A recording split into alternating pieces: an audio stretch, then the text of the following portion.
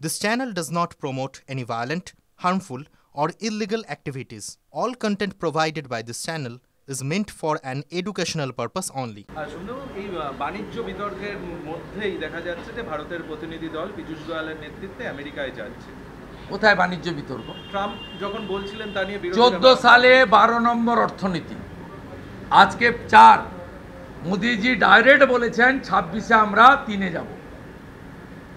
সবচেয়ে growing economical country হচ্ছে India, Bharat.